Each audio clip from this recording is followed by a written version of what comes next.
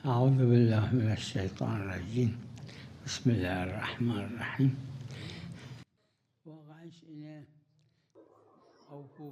واقعیت یہ ہے کہ ہمیں اب قرآن نے کہا ہے کہ اپنے معاملات کو وفا کرو. کتاب مقاصد میں کہ فرمایا صاحب مقاصد نے کہ الف لام میں جنس ہے، یعنی تمام معاملات، تمام کانٹریکٹس اس میں شامل ہیں. العقود میں عقود کم کے معنی میں یہ الف لام ہے، اور تمام معاملات کانٹریکٹ صحیح ہے، مگر یہ کہ کوئی ایسا معاملہ، کوئی ایسا کانٹریکٹ ہو جس کے باطل ہونے کا علم ہو. لہٰذا یہ جو آپ کیفیت آپ بیان کر رہے ہیں جس کانٹریکٹ کی یا عقد کی، تو اس کی کیفیت اگر باطل چیزوں کی نہیں ہے تو ٹھیک ہے. ضروری نہیں ہے کہ وہ معاملات ہوں جو معصوم کے زمانے میں ہوئے تھے، بلکہ وہ کانٹریکٹ جو آج کے دور میں ہوتے ہیں وہ بھی باطل عقود کے معاملات کا مظہر نہ ہو تو صحیح. جیسے ربا حرام ہے، کالی بے کالی حرام ہے، باطل ہے، لیکن اس کے علاوہ اگر کوئی عقد ہے تو کوئی حرج نہیں ہے اس میں.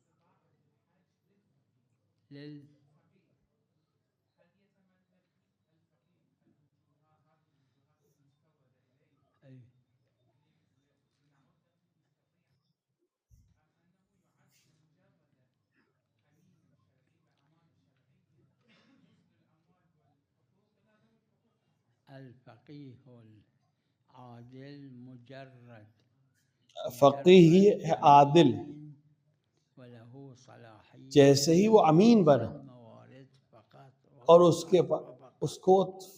اس کو خود موارد کو تشخیص دینا ہے. لہٰذا اگر جائز ہے، اگر اس کی نظر میں یہ حق ادا کرنا، یہ حقوق شرعی کسی کو دینا جائز ہو تو پھر جائز ہے اس کے لیے. مطلق التصرفات التملک دیکھیں جتنے بھی تصرفات ہیں مال میں وہ سب فقیہ کے لیے جائز ہیں، لیکن فقیہ عادل کے نظریے کے مطابق جو غیر کے لیے جائز ہے وہ خود کے لیے بھی جائز ہے، حتیٰ وہ حج کے لیے ہو یا دیگر سے. صرف ایک چیز استثناء ہے، اور وہ بھی اس اعتبار سے کہ کیونکہ وہ مؤتمن ہے اس مال کا، یعنی امین ہے اس مال کا، کہ وہ مال جو ایک امین کو دینا چاہیے نگہداری کے لیے، اور تو وہ اس مال کو لے سکتا ہے اپنے لیے، لیکن وہ بھی اس میں امین کے لحاظ سے تصرف کرے. جتنا دوسرے کو دے سکتا ہے جواز ہے اس کے پاس دوسرے کو دینے کا، اتنا ہی خود کو بھی دے سکتا ہے مطلقاً. لا دلیل علیہ نقل عن المرحوم السید ابو الحسن کوئی دلیل نہیں ہمارے پاس. شیخ ابو الحسن سے نقل ہوا ہے بعض تصورات سے، لیکن وہ بعض نے نقل کیا ہے کہ دفی بھی ہوئی ہے. ہاں امام معصوم مالک ہے، وہ ہر چیز جو بچ جائے اس کا مالک ہے، سب اس کے، لیکن غیر معصوم کے لیے تصرف جائز نہیں ہے، یعنی دلیل نہیں ہے ہمارے پاس، کیونکہ ملکیت امام کی ہے. فقیہ عنوان امین اس پہ تصرف کر رہا ہے. ٹھیک ہے کہ معصوم نے فرمایا کہ یہ تم پر حجت ہے جیسے میں اللہ کی حجت ہوں، لیکن اس کا یہ مطلب نہیں ہے کہ فقیہ کو سہم امام اس لیے دے دیا ہے کہ وہ امام کا نائب ہے. اگر فقیہ عادل سید ہو تو کیا سہم سعادت اس کو پورا مل جائے گا؟ نہیں، وہ امین کی حیثیت سے اس پر تصرف کرے گا.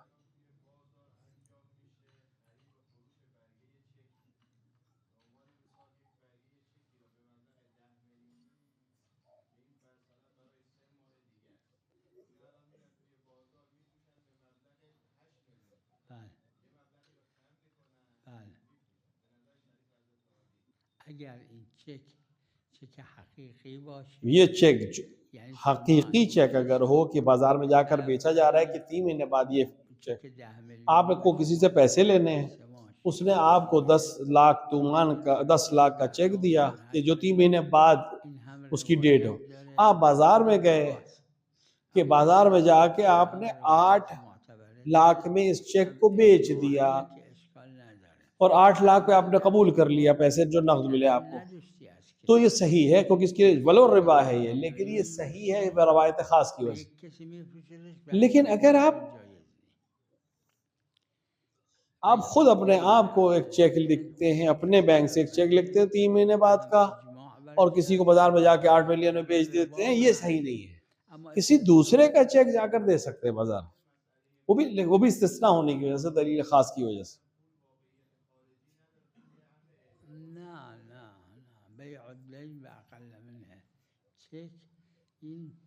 اس کے لیے جو روایت ہے وہ بیع الدین باقل منہ، یعنی قرض کو کم میں بیچ دینا، کیونکہ یہ جو چیک 3 مہینے بعد کا ایک طرح کا قرض ہے۔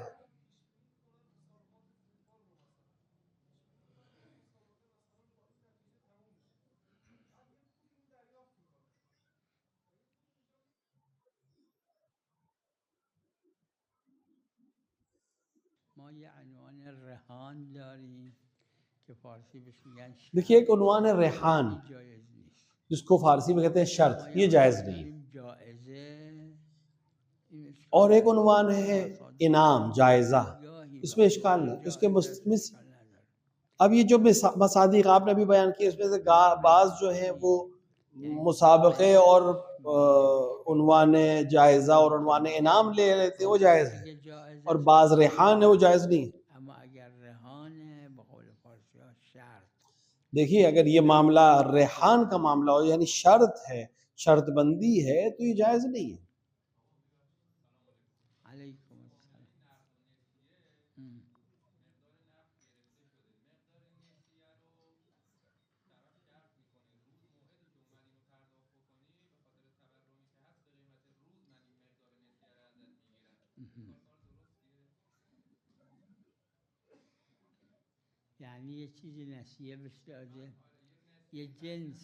یعنی ایک چیز قرضی تو ایک کوئی سامان خریدا، ایک کوئی زمین خریدی، یا کوئی فریج خریدا کہ 1 مہینے بعد پیسے دوں گا، یہ کہتا ہے کہ اس دن کی قیمت کے لحاظ سے پیسے، اس پہ کوئی اشکال نہیں ہے، اس پہ اشکال نہیں ہے، ظاہراً اشکال نہیں ہے۔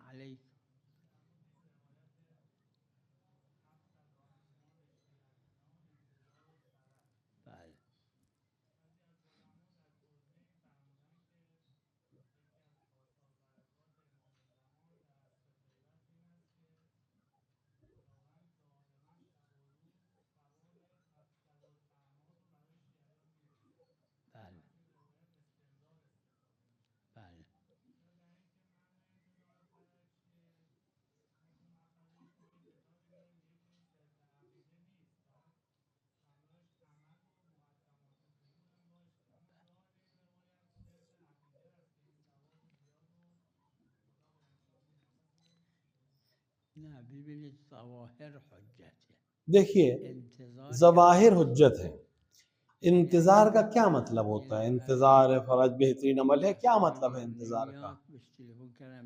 ایک انسان گھر ہے جو گھر سے نہیں آتا، اس کو فون کیا کہ آؤ، تو کہ میں منتظر ہوں کسی مہمان کا۔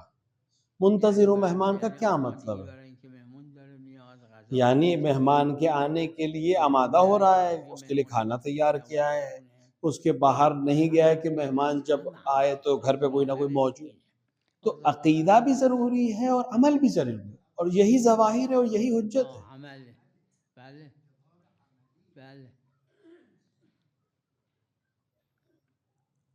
اور یہ بھی خود جملے سے معلوم ہے کہ عمل اس میں کہا گیا ہے، لہذا بہترین عمل انتظار ہے۔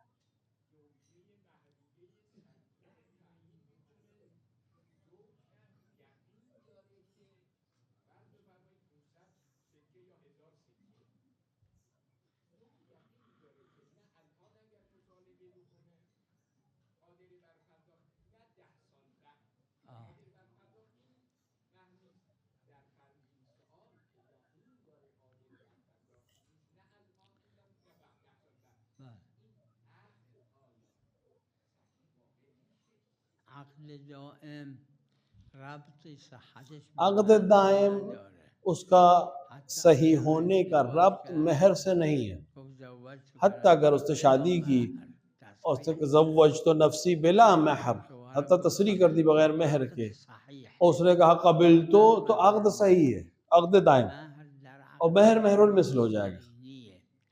عقد دائمی میں مہر عوض نہیں ہے، شیرینی ہے، بعنوان مٹھاس ہے۔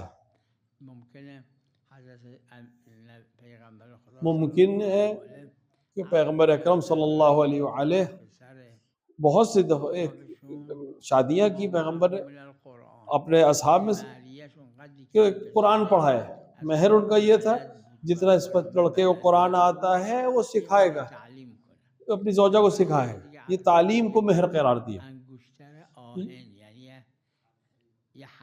ایک عقد کیا آپ نے ایک لوہے کے چھلے کے عوض میں، عقد دائم۔ ہاں عقد منقطع میں معین ہونا ضروری ہے، اب جب معین ہے تو معقول ہونا ضروری ہے، عقلی ہو، یعنی اس میں فعلیت ہو۔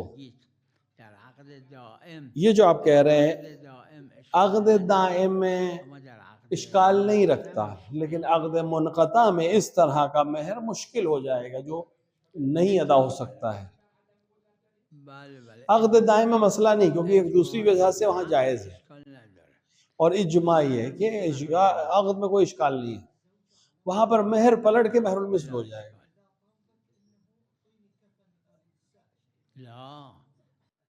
من ماتت يكون الكفن واجبا على الزوج، مو الآن اللي موجودة،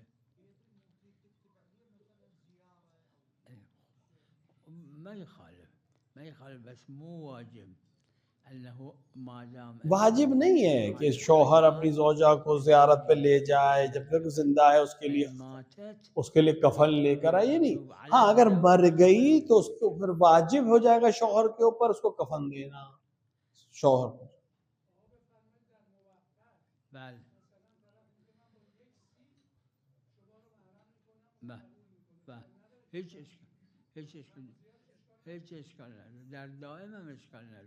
کوئی اشکال نہیں، دائم میں بھی اشکال نہیں، موقت میں مہر رکن ہے، لہٰذا اس کا بیان ہونا ضروری ہے، مشخص ہونا ضروری ہے، معقول ہونا ضروری ہے۔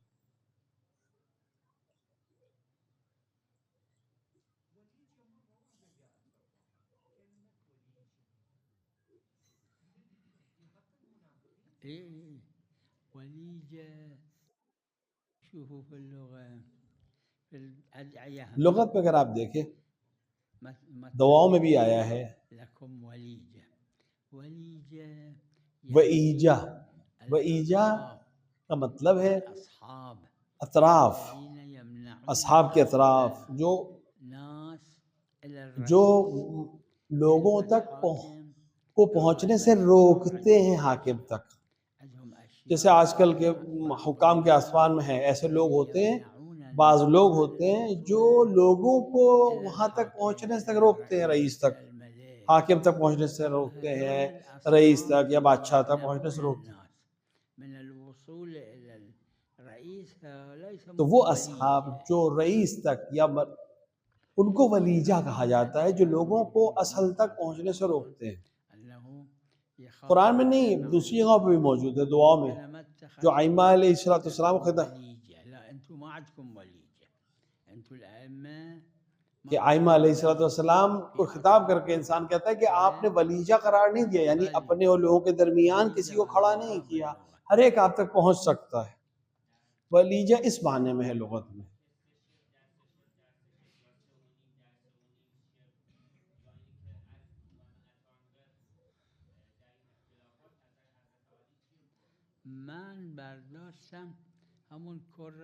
میرا نظریہ یہ ہے کر قمیین جو معصومین کے زبان کہ تین بالش گہرائی اور 3 بالش لمبائی اور 3 بالش چوڑائی ہے۔ بعض نے اس کے علاوہ بھی روایات کی ہے، لیکن جو میری نظر میں صحیح ہے اور معتبر ہے وہ امیین والا کر ہے جو عیب علیہ السلام کہ جمعاً میشه 3 در 3 تھا، جو تقریباً 27 شبر ہو جائے گا. این بنابراین که بئر نجس شده بله، اما بنابر قول اگر نجس کنواں نجس ہو جائے، اسمت اگر قول اس معاملے میں کوئی کور میمونه ولو کمتر اگر کوئی اس کا قائل ہے کہ کنواں نجس ہو جائے گا تو وہ اس چیزوں پہ عمل کرے گا جو کنویں کے سلسلے میں ہے. لیکن اس بنا پر کہ کنواں نجس نہیں ہوتا، جیسا کہ میرا نظریہ بھی اور ایک جماعت کا نظریہ ہے، وہاں مستحب ہے اس طرح سے پانی نکال. که آبش تغییر کرد نجس میشه. ہاں پانی اگر رنگ بدل دے تو اتنا حصہ تو نجس ہو ہی جائے گا، تو دریا کا بھی پانی نجس ہو جائے گا.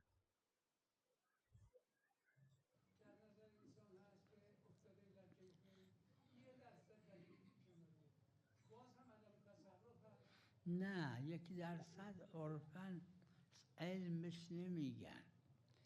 بله باید صدق بکنه که من یعنی دیکھیں ثابت ہونا ضروری ہے کہ یا این نجسه یا یقین ہو کہ یہ نجس ہے کہ یہ نجس. 1% شاید کو ہم یقین نہ کہیں، یعنی علمی یقین ہونا ضروری ہے کہ یا یہ نجس ہے یا یہ نجس ہے.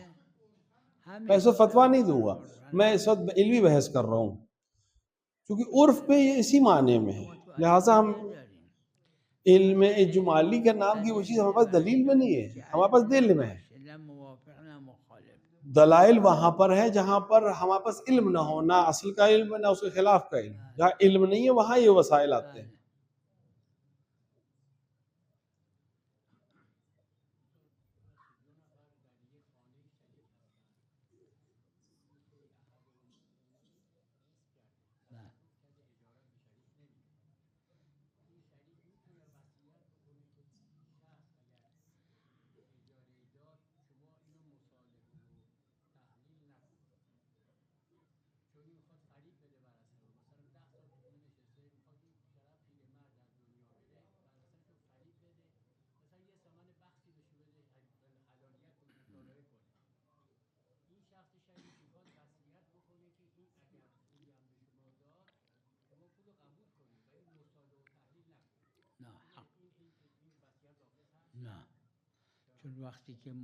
نہیں یہ وصیت نافذ نہیں ہے. جب مر گیا تو وارث اپنے آپ مالک ہو جائے گی. تو اپنے بالغ ہونے کے بعد حق نہیں کہ مصالحت نہ کرو، اس کا حق نہیں ہے اس انسان کے پاس. نه این حق داره بگه اگه گفت سلطنه اگه یعنی اون اموالی که داره این خونه اگر اس نے کہا کہ میرے اموال میں سے 1/3 کے اوپر میں صلح نہ کرنا تو چل سکتا ہے، کیونکہ ایک ثلث پہ حق ہے اس کا. لیکن اگر ثلث نہیں ہے تو اس کو حق نہیں ہے وصیت کرنے کا مصالحت کے سلسلے میں یا تصرف کے سلسلے میں وارثین کو.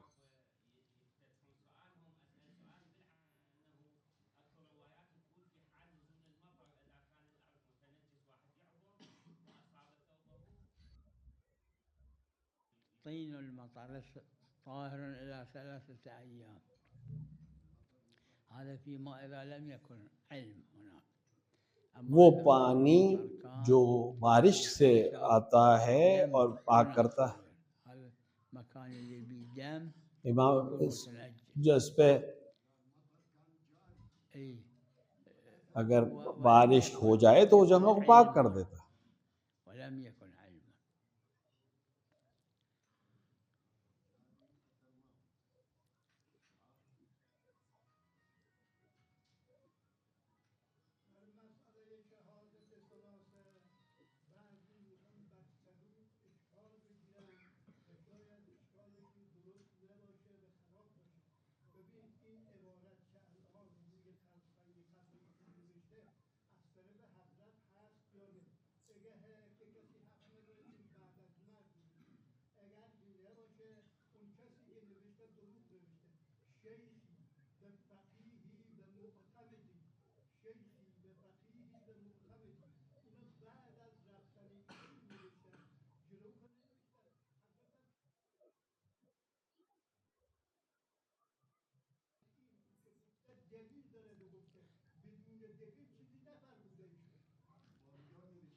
همینو ببینید تو کتب سندش معتبر اسی کو آپ دیکھیں اس کی سند معتبر نہیں ہے اس قول کی. نه خود صدوق مال یہ پدر خود والد صدوق کے لیے نہیں، یعنی شیخ صدوق کے والد کے لیے حضرت عسکری که جو امام حسین عسکری علیہ السلام کو دور کو در کیا ہے، عسکری وکیل حضرت عسکری بود تو مزار جو امام حسن عسکری کے زمانے میں وکیل تھے حضرت. ان کی یہ جو اقوال ہیں ان کی سند نہیں ہے، الزامیات لہٰذا اس سے واجبات میں اس طرح کی روایت کا استناد نہیں کر سکتے. ہاں مستحب میں مکروہ میں ہم استناد کر سکتے، چرا اما سند معتبر نداره کوئی حرج نہیں ہے، لکھا ہے تو اس پہ کوئی حرج نہیں ہے، لیکن سند نہیں ہے معتبر اس میں.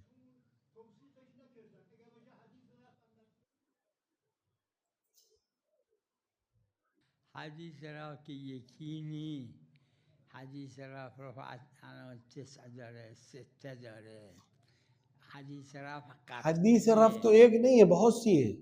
حدیث رفع تو قطعی ہے، رفع مشکل اس پہ نہیں ہے. میدونم حدیث رفع در سندش کسی هست حدیث رفع کے سند میں کوئی شخص ایسا بھی ہے جس کو کسی نے قبول نہیں کیا، قانع هستم قبول دارم که اور ایک معتبره، جماعت اینکه معتبر قالع ہے، میں بھی قانع ہوں کہ معتبر ہے یہ شخص، معتبر نیست به خاطر لیکن جو کہتے ہیں کہ معتبر نہیں ہے، لیکن چونکہ حدیث رفع مقبولہ ہے، روایت مقبولہ ہے، لہٰذا اس کو قبول، جیسے مقبولہ عمر ابن حنظلہ مشہور اس کو قبول کی. متأخرین ہاں ایک دو ہیں متاخرین میں جنہوں نے اشکال کیا ہے اس میں، عمر ابن حنظلہ ورنہ اکثریت نے اس کو مقبولہ ابن حنظلہ کی طرح حدیث رفع کو بھی قبول کیا.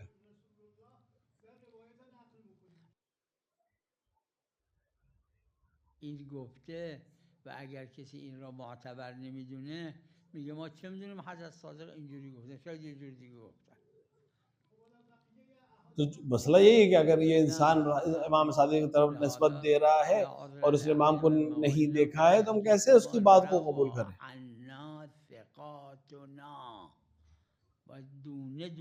جو حضرت نے فرمایا کہ ہر سند کے ایک ایک فرد کو چیک کرنا ضروری ہے تاکہ جب تک اس کی سند معتبر نہ ہو، یا پھر وہ ایک وثاقت سند کو ختم اس لیے وہاں پہ ختم ہو جائے گی جہاں اتنے لوگوں نے اس کو قبول کر لیا ہو کہ اس پہ عمل آ کر اس کمی کو پورا کر رہا ہے. معلوم بر ادله حکومت نداره. حدیث رفع در جایی است که دلیل نباشه. حدیث رفع وہاں پر کام کرتی ہے جہاں دلیل نہیں ہے، اس کا دلیل، اس کا جو موضوع شک ہے. اگر دلیل موجود ہو کسی عمل کی تو پھر حدیث رفع تو عمل ہی نہیں ہے، وہاں پہ آئے گی نہیں، اس کی جگہ ہی نہیں ہے. حدیث رفع بر هیچ دلیلی حکومت نداره. حدیث رفع در جایی حدیث رفع کسی دلیل پر حاکمیت نہیں رکھتی ہے. حدیث رفع وہاں آتی ہے جہاں کوئی دلیل نہیں ہے عمل کی ہمارے پاس، کیونکہ اس کا موضوع ہی شک ہے. اگر دلیل ہو تو پھر شک کہاں پر ہے؟ پھر تو اس دلیل پہ عمل کر رہا ہے ہمیں.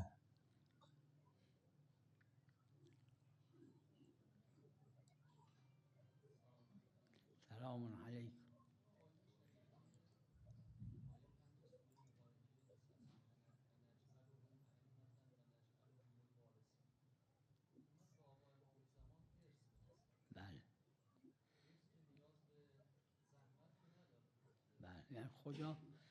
خدا ارث معنوی قرار داده، یعنی خدا نے ارث معنوی قرار دیا ہے.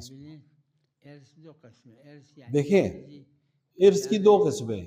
ارث یعنی جو ایک چیز ہے جو باپ اپنے بیٹے کو چھوڑ کے جاتا، باپ مالک ہے، گھر ہے، پیسہ ہے، زمین ہے، جب چاہے گا اس دنیا سے تو یہ ارث ہو جائے گا اس کے وارثین کے لیے. کچھ ارث معنوی ہوتے ہیں. امام حسین یا وارث آدم امام حسین کو کہا گیا، یا وارث نوح کہا گیا. وارث ہیں یعنی جو ان کے پاس ہے وہ ان کے پاس ہے، ان کا علم، ان کے فہم، ان کے قدرت، ان کا تصرف. لہذا خدا کا دیا ہوا حکومت الہی ہے. خدا نے کس کو دی ہے؟ معصومین کو دی ہے.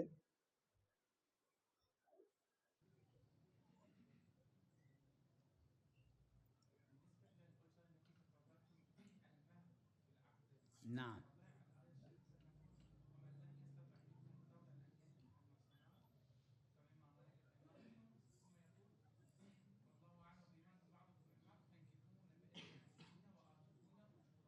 إيه.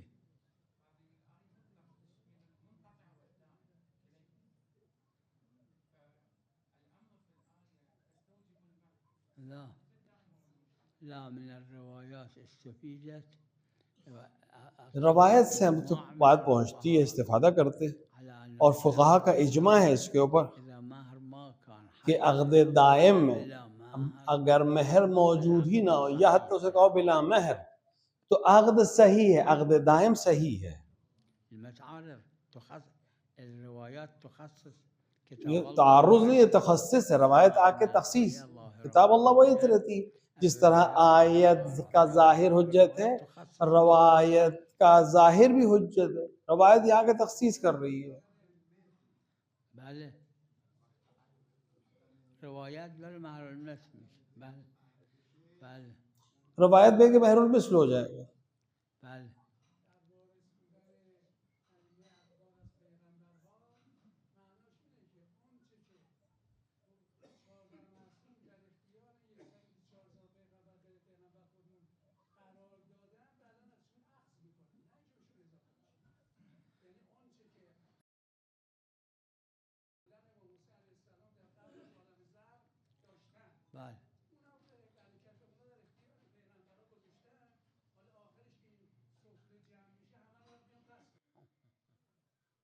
ظاہر اس کی حجت ہے، اور ظاہر اس کا یہ ہے کہ وہ وارث ہے۔ امام حسین عالم نور سے تمام چیزیں ان کے پاس موجود تھیں۔ عالم نور داشتن بله وصلی اللہ علی محمد و علی آله.